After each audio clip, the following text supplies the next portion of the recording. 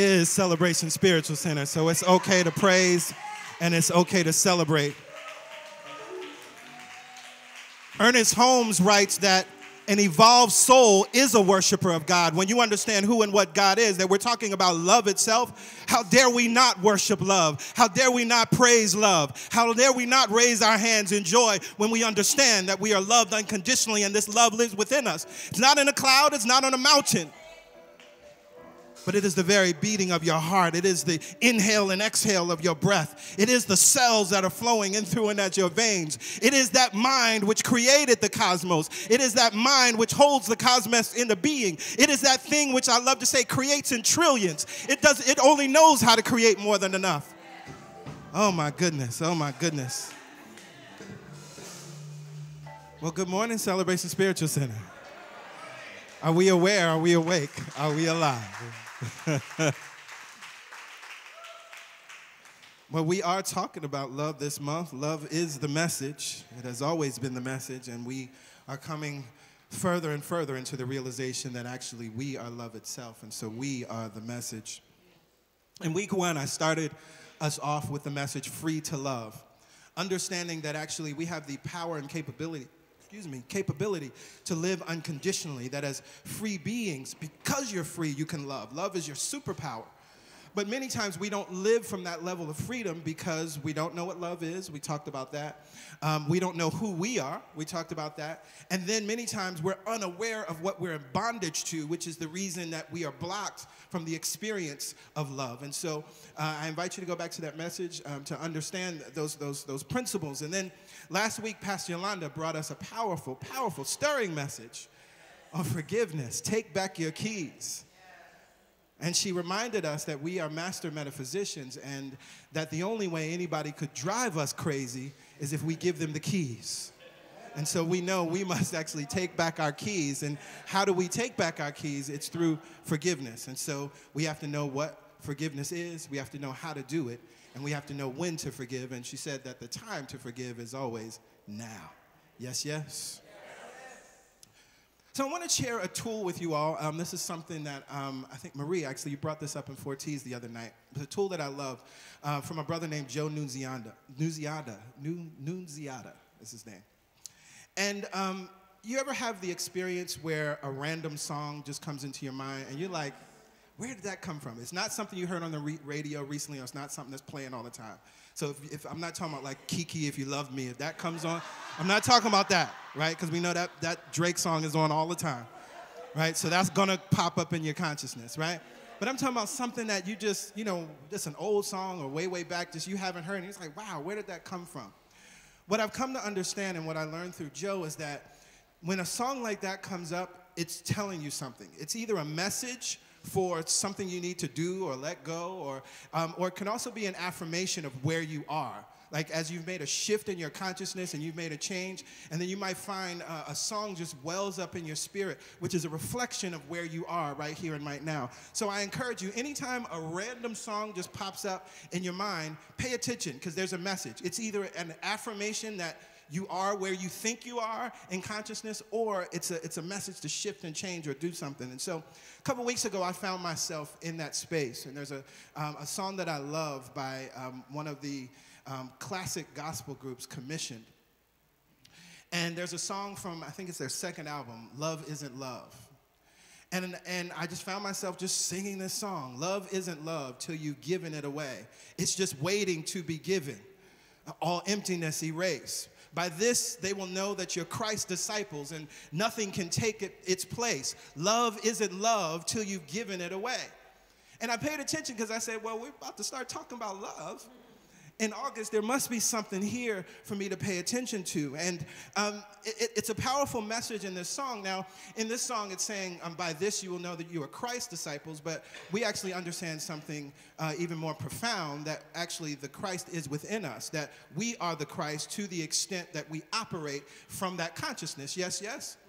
And so in A Course in Miracles, it offers us an idea of who and what the Christ is. And it says this: Christ is God's Son as He created Him. He is the self we share, uniting us with one another and with God as well. He is the thought which still abides within the mind that is His source. He has not left his holy home, nor lost the innocence in which he was created. He abides unchanged forever in the mind of God. Christ is the link that keeps you one with God and guarantees separation is no more than an illusion of despair, for hope forever will abide in him. So what is this saying, right? Christ is God's son as he created him. We quote A Course in Miracles all the time that I am as God created me, or I remain as God created me.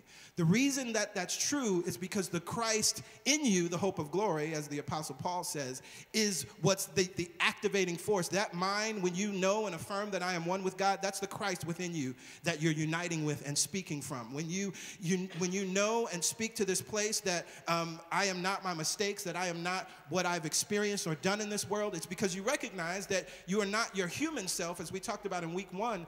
I am spirit, right? You recognize that then that's the voice that's speaking. That's the knowingness that Christ within us. And so there's a recognition from this song that actually when you express love, when you give love, as it says here in the song, this is how people will actually know that you possess this consciousness that we call the Christ.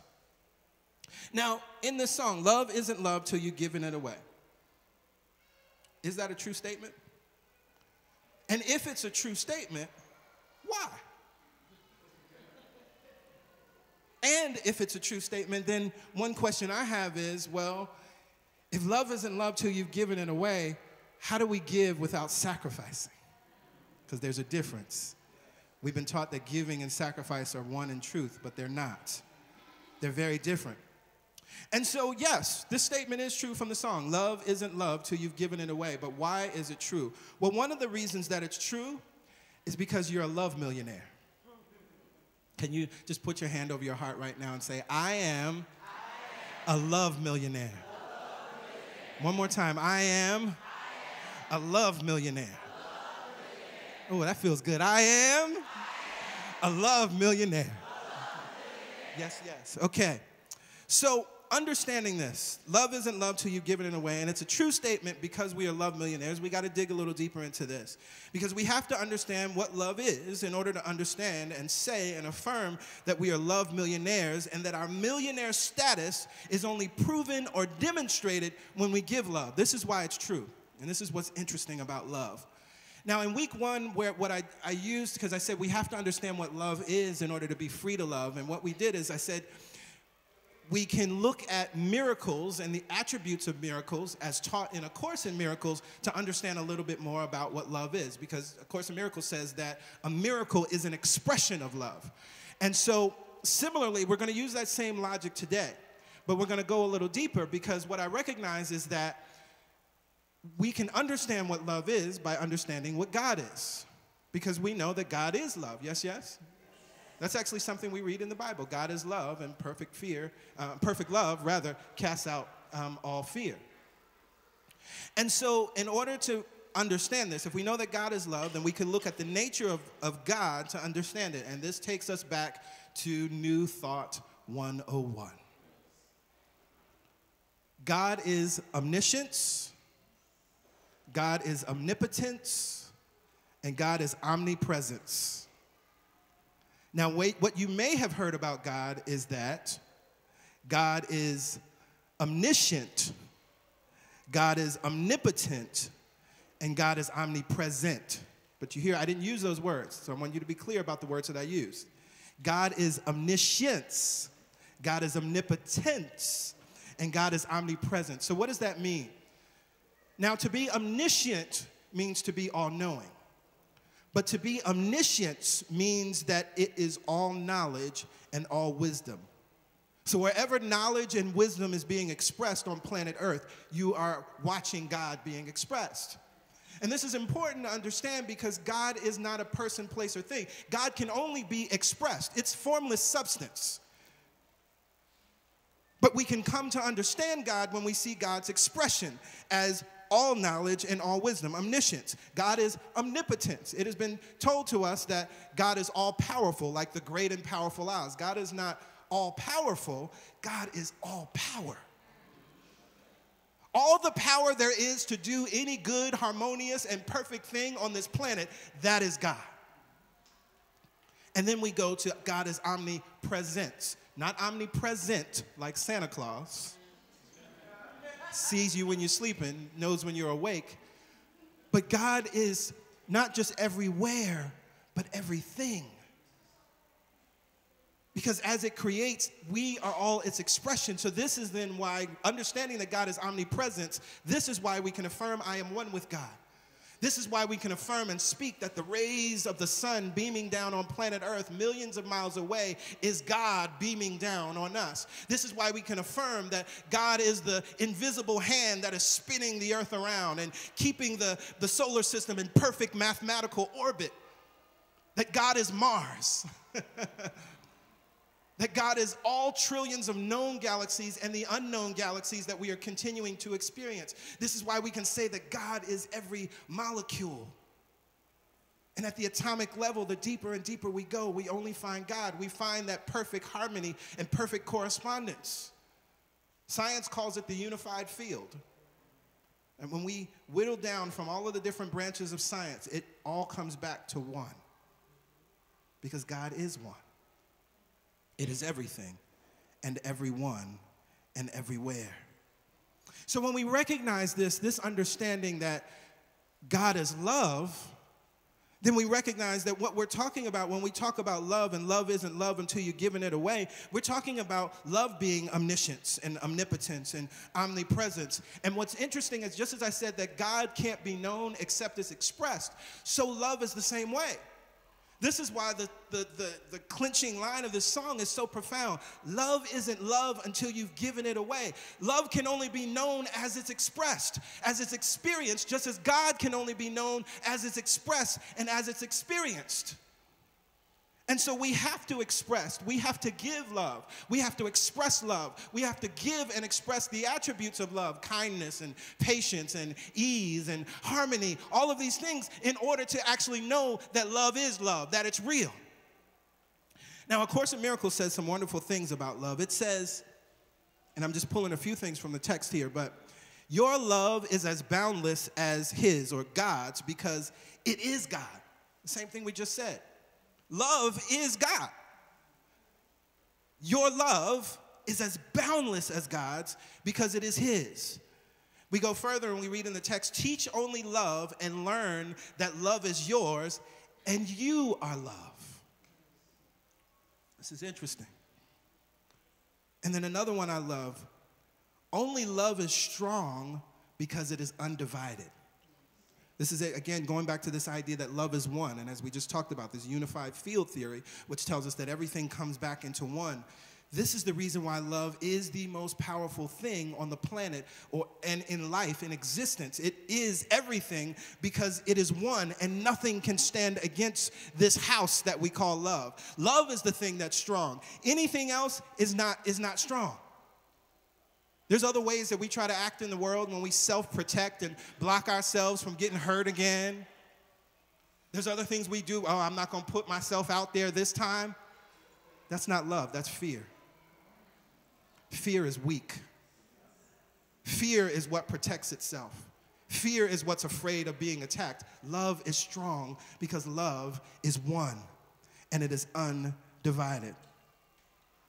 So as I said, like God, love is unformed substance, consciousness which must be expressed. It must be circulated. Love that word. And so this is why I say you're love millionaires, because as love millionaires, we understand about being circulators, right?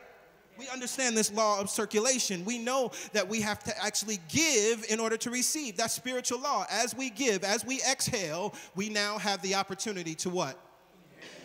As you give, you receive. And so love works the same way because love is God and God is love.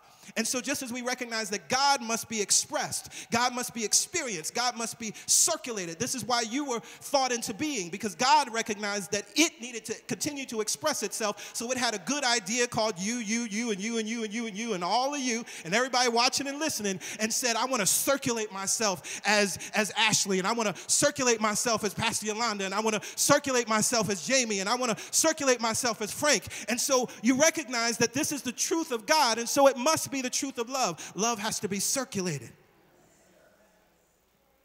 And when we circulate, we are operating in our divinity.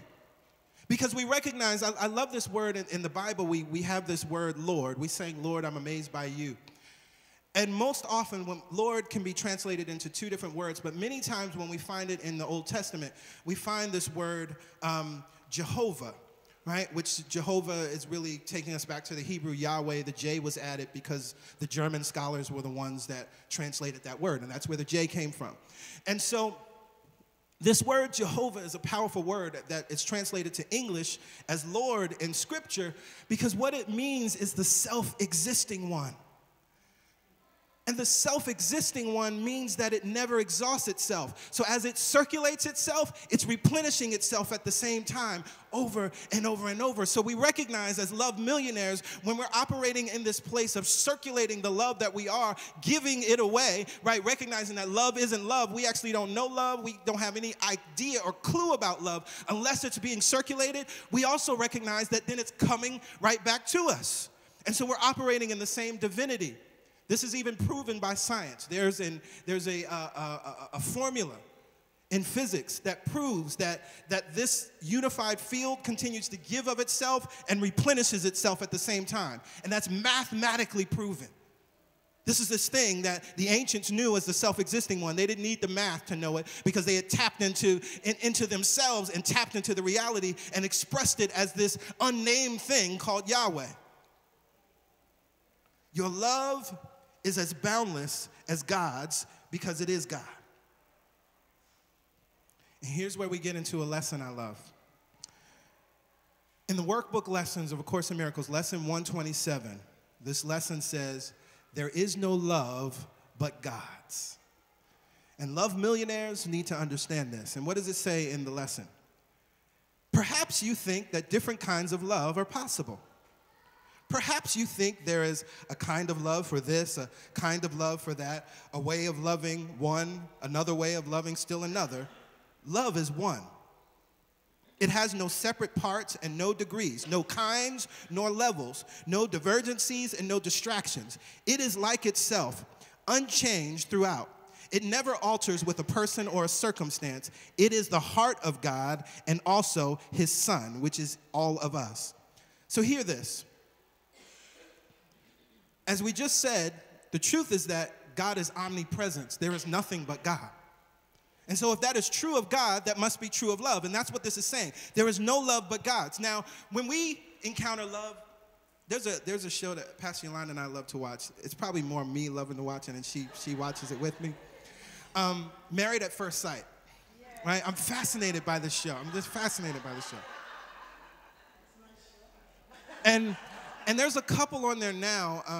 This brother, he says, what happens in this show is it's essentially an arranged marriage, right?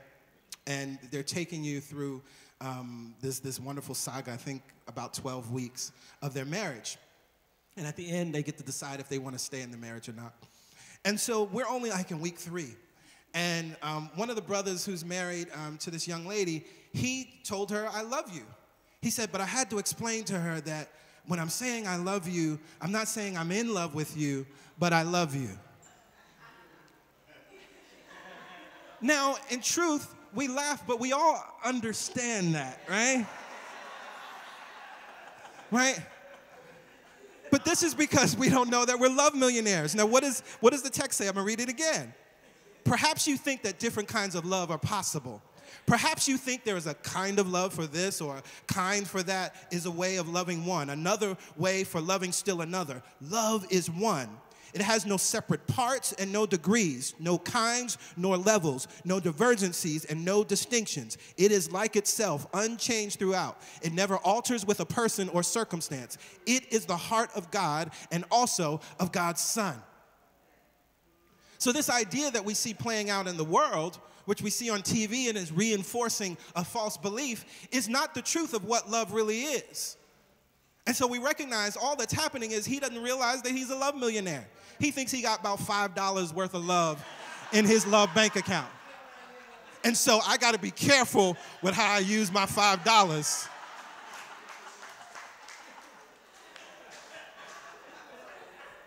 But when we understand that we're love millionaires and we understand that there is no love but God's, see, the love that you're using is not actually you or your love. You're using and giving this love that is inexhaustible. This love that I just said is self-existing. This love that never exhausts itself. This love that there's a mathematical equation that proves it. That's the bank account that you're spending from. So you never have to worry. So I don't care if you having a transaction in the bank or you meet somebody in the grocery store and you have a good time and you can say, I love you. Because you recognize there is no love but God's. That I love you that you're affirming is the love of God that's moving in, through, and as you. And so this is why some of us are challenged by forgiveness or to love again because of this misunderstanding of the source of love. This is also why I said, how do we love or give this love without sacrificing? Well, this is how. By coming back to this lesson, I encourage you to go to your course for those who have it, right? And go to this lesson. You can just go online to acm.org and look up lesson 127 and read the entire lesson, understanding that there is no love but God's. And then also coming back to this idea that we shared earlier, that only God's love is strong. What does it say? Only love is strong because it is undivided. Because it's one. Because it's an unlimited bank account. That's what you're loving from. I was talking to my sister. I was a couple weeks ago. I was down in Maryland and stayed at my sister's. And my niece and nephew are just awesome. I love them. And what's so fascinating to me is, as I was experiencing my love for them, it wasn't based on them doing anything, just their presence. Just hearing them up early in the morning when I'm still trying to sleep, laughing and playing just like my sister and I used to do. And my heart just was beaming like, oh my God, I love these little people. And again, it has nothing to do with what they're doing, just their presence, their existence. And as I began to think about that, because we recognize that all the love that there is really God's love. And wherever we see, as H. Emily Cady says in Lessons in Truth, which Maya Angelou spoke to, she says, where we see the love between a mother and child, that's just a microscopic version of the macro love that is. And so I recognize that if I'm able to love these two little beings in this way unconditionally, how much more does life itself love me? I'm just getting an inkling of how much life looks at me, and just when I wake up in the morning, it's like, I just love him. Even when I'm making mistakes and doing foolish stuff and not living according to my millionaire status, it still just looks at me and says, I just love him. Life is looking at you the same way. Even when you forget that you're a love millionaire, even when you forget that this bank account is inexhaustible, every day is payday. It just keeps flowing and flowing and flowing and flowing. And so we recognize that by this knowledge, this is how we get out of this place of sacrificing, right? Because sacrifice and even compromise, well, let's talk about sacrifice. Sacrifice just means I lose out, but somebody else gains, and it's okay in the long run because it was good. Right? I say sacrifice is a four-letter word, right? It doesn't work, right? Now, compromise is similar because compromise just says both sides give up something for the good. But that's counter to this millionaire bank account that both sides have. This is why I love, and for many of you, you know, I quote this often. In Think and Grow Rich, there's this wonderful affirmation from Napoleon Hill where he says, I will engage in no transaction which does not mutually benefit all whom it affects. He was admonishing us to come to this love place of this love millionaire status, recognizing that no transaction, love isn't love till you've given it away. So in this transaction, human transaction of relationship and involving myself with any person, I will engage in no transaction that does not mutually benefit. That's different than a compromise. That means that we both win. And those are the solutions that I'm looking for. Many times if I find myself in a situation, what I begin to affirm in prayer or just out loud, okay, I know there's a solution that works for everybody involved, and I'm not willing to move or say yes to anything until I know that all whom it affects benefits. Because I'm a love millionaire. So then we recognize that love millionaires are channels for the expression of God as love. Because this is what's interesting about love, as the song says, love isn't love till you've given it away. Love is always seeking to be expressed. It's like this thing that's knocking on the door. It's like the Publishers Clearinghouse knocking on your door saying, you've won, right? Every day, it's seeking to remind you of this millionaire status that you have and saying, circulate me.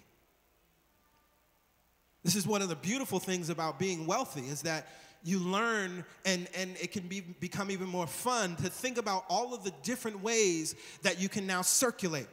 As you have more than enough, as your base needs are met, right? As you're not worried about how you're going to pay your mortgage or your rent, and you're not even worried about how you're going to send your kids to college or any of those things. You're now living from this overflow. And so you got to circulate. Why? Because we recognize that just as in our bodies, if your blood is not circulating, what does that lead to? If your blood is not circulating in your body, what does that lead to? Okay. And so as we recognize that, it is the same truth with our money, that money must be circulated, and it is the same truth for this love that is God. It has to be circulated. Because if you don't circulate this love, it's going to back up, it's going to get clogged up. I remember having this wonderful experience. I was deciding to work with a coach. We had a wonderful, wonderful time together, but and her lens was all about your relationship with money, and I knew I wanted to work with her, but I was afraid at the same time, and thinking about how much, what her monthly fee was, and ironically, at that particular time, the tub in my apartment was completely clogged and backed up, and my super was there working on the tub. And I'm on the phone with the coach because she's like, okay, Greg, you got to make a decision. Are you ready to move forward? I gave you a couple days to think about it. And I'm still kind of hemming and hawing, and I'm asking questions. And then I just took a breath, and I realized, I said, you know what? All of my yeses have brought and opened up my life in so many powerful ways. I'm just going to say yes. I'm going to say yes, and I know that all will be well, and I know that this is going to take me where I want to go. And the moment that I said yes, the super said, oh, it's the clog is all cleared up. You're all good now. Because there was a recognition that that was the outpicturing of what was going on within my own consciousness. And so as soon as I said yes, that opened up a pathway, and then that opened up my bathroom, my tub. So we recognize that we must live in this place of circulation. Now, A Course in Miracles says something here in the text which I find beautiful. It says that no course whose purpose is to teach you what you really are could fail to emphasize there is no difference in what you are and what love is. This is interesting. No course, I don't care what kind of teaching you bring yourself to, no course whose purpose is to teach you what you really are, which is what we affirm each and every week, the truth of who and what we are, who and whose we are, could fail to emphasize there is no difference in what you are and what love is. You are a love millionaire. It goes further in the text, and it says, the world is the belief that love is impossible. And I want to break this down for a minute. So when we think about, we use, words like the world. I'm not talking about planet Earth, right? Planet Earth is a real living entity, organism, Mother Earth, Gaia, right? That has a wonderful atmosphere and the clouds, and we have the waters, and we have the land, and we have all of the wonderful beings, including ourselves, which inhabit those, and including the plants, which inhabit those. And that creates this wonderful life-giving organism that is Earth, right? That's not what we're talking about. But the world is the belief that love is impossible. And so we recognize that the world is really what our collective belief is on it, or what our individual belief is, but sometimes collectively, because we splinter off into groups and have the same world. So this is why we can live in two different worlds at the same time. And so what A Course in Miracles is saying, the world, in this case, this world is a belief that love is impossible. That's that world that brother on Married at First Sight was living in. He really thinks that love is impossible because he met this woman and fell deeply in love with her, but is afraid to say, I love you in truth, because he thinks he has $5 worth of love, and he's got to hold on to that for the rest of his life. which means he's only going to give away pennies at a time, if that.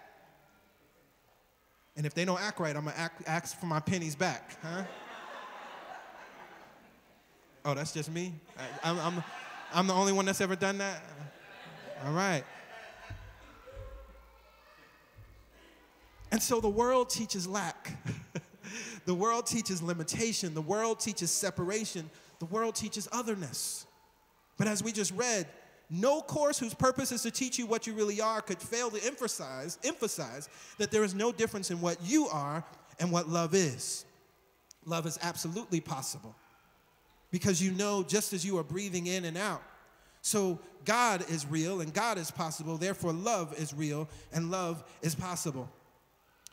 I was reminded there was a song I wrote many years ago. I believe in the power of love. I believe in the power of peace. I believe in the power of freedom for all humanity. I believe that we are one. I believe that is the key. I believe in the power of love. I believe. And in the second verse, I talked about this idea that we let our imagination be controlled by what we see. Like we can only think, oh, it's possible because I saw it, instead of going within and recognizing that all things are possible because I saw it within myself, right? And so similarly, many times we're waiting to see what unconditional love, or we're waiting to believe in unconditional love once we see it. But how will we know that love is real if it never can be found, right? Actually, what if you decide to be the expression of love? What if you decide to be the demonstrator of this millionaire status that we all possess? What if you decide to give freely? What if you decide to give your love freely and openly and unsparingly, recognizing that your love comes from an unending bank account, that your love comes from an eternal bank account, recognizing that you are a love millionaire, recognizing that you have more to give and more to give and more to give, and it always comes back to you because giving and receiving are one in truth. Last point. Giving and receiving are one in truth. This keeps coming up because I talked about this in a couple classes. I have this idea in my mind about a sermon called Take Yourself Off the Microscope. And essentially what my thought process around that is to understand that we live in duality, but understanding that duality is not the thing. Because so often, as we're living our life, we're always thinking about the things that we can taste, touch, and smell out here in the physical world, and thinking that that's real, and then trying to understand life solely from that perspective. And so when we say things like giving and receiving are one in truth, that sounds good, right? But then it's like, but no, giving and receiving are not the same thing, Pastor Greg, right? I've given a lot. I may not have received a lot. So if it's one in truth, I'm waiting for the other side of that, Pastor Greg, right? But we recognize that this is actually a spiritual principle that we really understand on a physical level, because when we talk about inhaling and we talk about exhaling, what are we talking about? Breathing. Breathing is what we're talking about, but we use words inhale and exhale to talk about a process called breathing. Breathing is one.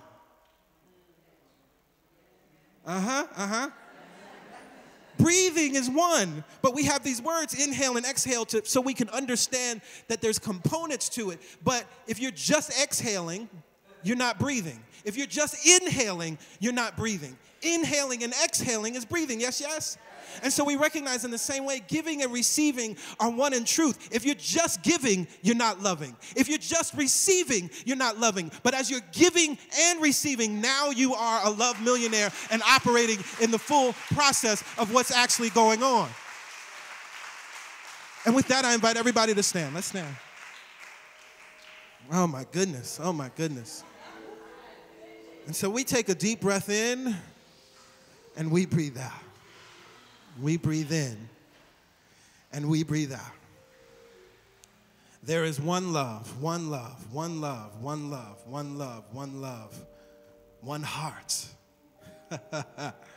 Let's get together and feel all right. There is one love, one God, one expression, and yet it expresses us all. One presence, and yet it is present everywhere. One power, and yet its power is experienced everywhere. One thinker, one mind, and yet its mind is our mind. We stand in this profound relationship right here and right now that we are one with God. We are one with omnipresence and omnipotence and omniscience. We are one with love itself. And as we stand in this profound awareness that we are one with love, we know that we are love millionaires. For this love that we speak about is unlimited. This love that we bring our attention to and that we are affirming in this month's series is a love that's eternal. This love that we're talking about is a love that's unending. This love that we're talking about is a love that is self-existing. This love that we're talking about is a love that never exhausts itself. This love that we're talking about is a love that replenishes itself. This love is a love that we're talking about that has no end. It never fails. And as we are clear about what this love is that we're talking about, and as we are clear that we are one with this love, we now affirm that we are love millionaires, wealthy in love, rich in love, lavishly loved and loving, elegantly loved. We wear the finest clothes weaved in a thread of love. We walk proudly with crowns of love on our heads, and wearing love jewels because we are wealthy in love. We are richly dipped in love. This substance permeates our very being, for we recognize that even at the cellular level of our being, it is love that knows to digest our food perfectly. It is love that causes the blood to flow through our veins. It is love that takes anything that we take into our body that is not serving our bodies and ignites the white blood cells to begin to fight off that dis-ease. It is love that is always operating on our behalf, that's beating our heart while we rest at night. It is love that causes the sun to shine on our planet, giving us light and life. It is love that rains down as free liquid from the sky. It is love that provides the sustenance that we need to live and grow and be the powerful beings on this planet, stewards of this earth. It is love. And so we make a declaration today, and from this moment forward, to live from this strong place, to live from our strength, which is love. We make a vow and we affirm today that we are love millionaires. And we will give, for we recognize that love isn't love until it's given away. But as it's given, it returns back to us multiplied in a never-ending cycle of increase and enjoyment. For this truth, I am so very grateful. I release this prayer back into the law, which is always in operation, operating for our good and in our good as our good. And with rejoicing and thanksgiving, we lift up our voices and we say, amen, amen. Ashe. And so it is. And so it is. Thank you, God.